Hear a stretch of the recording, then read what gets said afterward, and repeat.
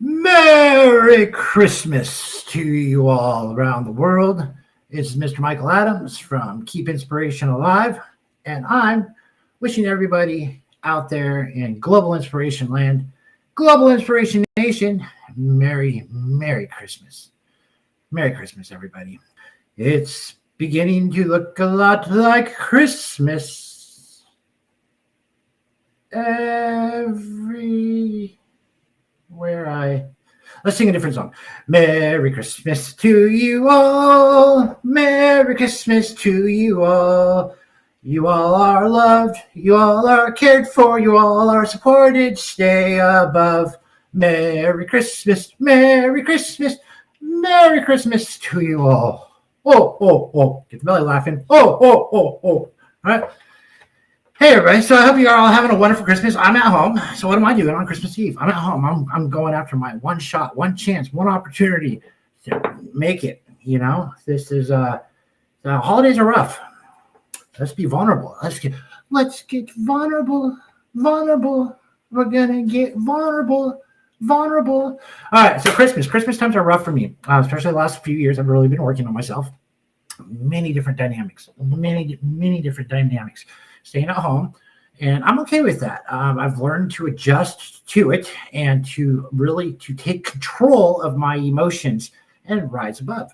Now, today I reached out to most people in my network. I'm trying to make my rounds with people and personally reach out to every single person and wish them a Merry Christmas, and to spread joy and love, and to let people know that they are cared for, and to help them really check in on people's mindsets as well, and give them the opportunity to speak and share, or open up if they feel the need to.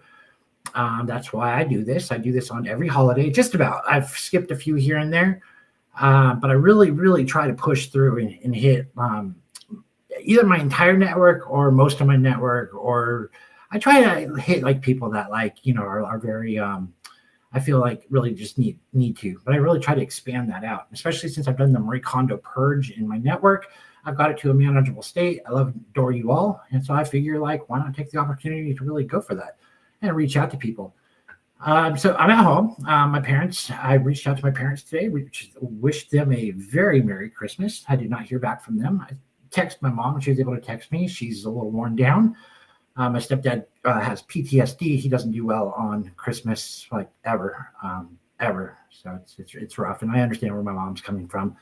I love my stepdad. I love my mom. I understand what they're going through. I mean, I lived with them for quite, so I know. And so I share this with love, to hopefully, I pray that, it will all change one year. But I could just work on myself. I reached out to my uncle. My uncle up in Oregon.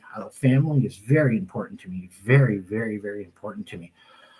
And I reached out to him. He lives alone like I do, and so he doesn't really like returning phone calls too much, and that's okay. That's understandable. He likes to really just talk to one person and at a time in his life, and I get that. I totally understand that, but it's not going to stop me from calling him and wishing him a Merry Christmas anyways, and sharing the love and joy with him, to let him know that he's loved and he's cared for, and he has family that's out there and thinking of him.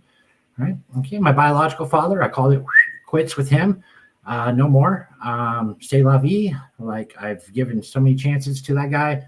It is what it is. And I forgave with all my heart. And so I let him go. I blessed and released. I did the Ho'oponopono prayer to him. I love you. I forgive you. Please forgive me too. Thank you. Please do not contact me anymore. Ever again. I love you. I wish you well in life. And now this makes room for so much more in my life. It gives me more open space to the ones that I can really focus in on, to whom I really love and cherish. I called my sister today. Me and my sister had a really nice conversation.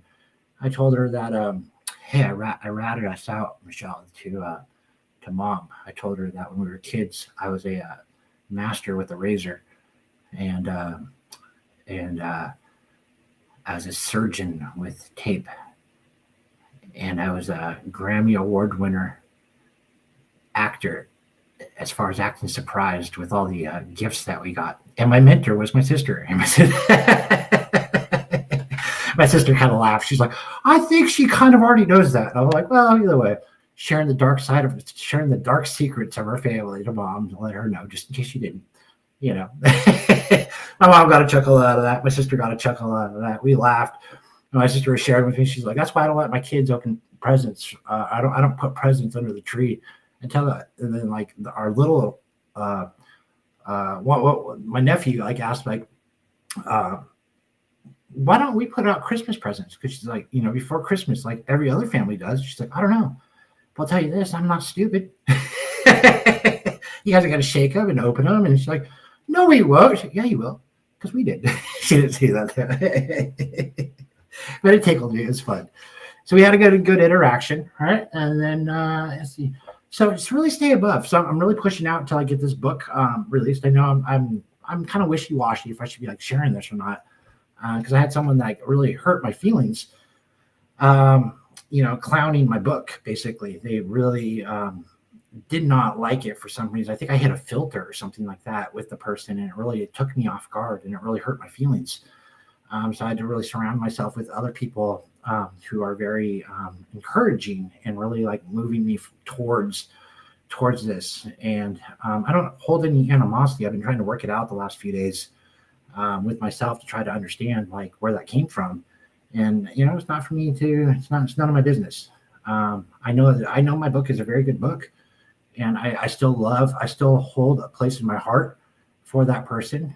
I have to set boundaries as well, but I also like set a tone within my heart to love and be there and with compassion and empathy.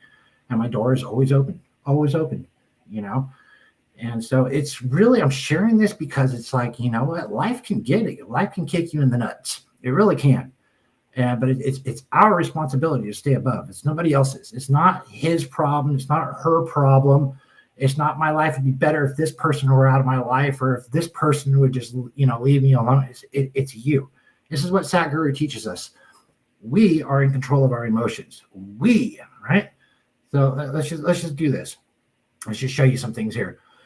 Stay above. Lose yourself in the music. The moment you own it, you better never let it go. Oh, all right. Stay above, people. This is how you do it. These are the little techniques, and this is like some of the stuff that's in my book, talking about that kind of dynamics. I wrote another ebook today. I was really super excited. Oh, no, I had this. Let's see, hide. So I wrote another ebook today. So I'm like cranking out like products because like this one dynamic of it, and I was so happy to release this and the dynamics of it. So I'm staying above. I'm reaching out to people. I'm listening to music. I'm wiggling, giggling, and jiggling. And like Cindy Engel always shares with us to do, it's a very powerful technique. Reach for the higher feeling. Reach for the higher thought. Even when you've been kicked in the nuts and it really hurts and stings, you just, you can't control other people's actions. You can't control other people's thoughts. And so, and this goes with family as well. Just love and cherish and be there for them. And if you have toxic people in your life that you've kicked out, just understand that you've made more room to love in other areas, that you can showcase your love in other areas of the life, the people that mean the most to you in life. And forgive through the whole Ho'oponopono prayer, and that will help you move forward and cut ties. Call upon Archangel Michael to cut those energetic ties with people. And Archangel Rambla, I believe her name was. It's a new archangel I just heard of by Rachel Cooley. This is the Archangel of Joy. So we instill this into ourselves. And remember, forgiveness is not about the other person. Forgiveness is about cutting, to like really for yourself. So if you have toxic family members or people, you just do it that way. It's really phenomenal. So it doesn't matter where you're at in this Christmas holiday. I know it's rough for a lot of people, but it is your decision to stay above. It is you. It doesn't matter. So just like focus in on the things that you want to do, and this is how you stay above. You create a compelling future. If you had one shot, one opportunity to seize everything you ever wanted, just one moment, would you capture it or just let it slip? Work on yourself, people, and create those emotions within you. Listen to music. That's going to get you going. That's going to get you uplifted. Astro Fox has musical mantras. Go check her out. Joyful Coaching. She has a thing on Instagram. She has a lot of dynamics of music like that. And these are things that will reprogram the subconscious mind and it will create new neurological paths in the brainwave. And so let go of these stories. Let go of like any animosity that you have towards people. I've spoken to a couple of you guys today. And a couple people are like, having some problems. You got to let go of it. You got to let go of it, people. You got to let go and move into a dynamic that's going to move you and shift you and stay positive and know that you're compelling, create that compelling future that's going to drive you. I love and adore you all, and Merry Christmas. Stay above. Really, stay above. I'm not here to help you guys move forward and shift the way that you guys think and to help you guys and give tools, resources. And I'm totally here for you guys. Merry Christmas. This is my vulnerability. You know what? Remember, I just watched the movie. This was my Christmas movie for the day. 8 Mile. 8 Mile by Eminem really inspired me and really motivated me. And if you think about it, like at the very end, what does he say? He has like that showdown, that battle showdown, or with that person, and he's just like, F it, like he like really thought about it as he went first, and he went bam, and he blasted himself. He's like, you ain't got nothing on me, dog.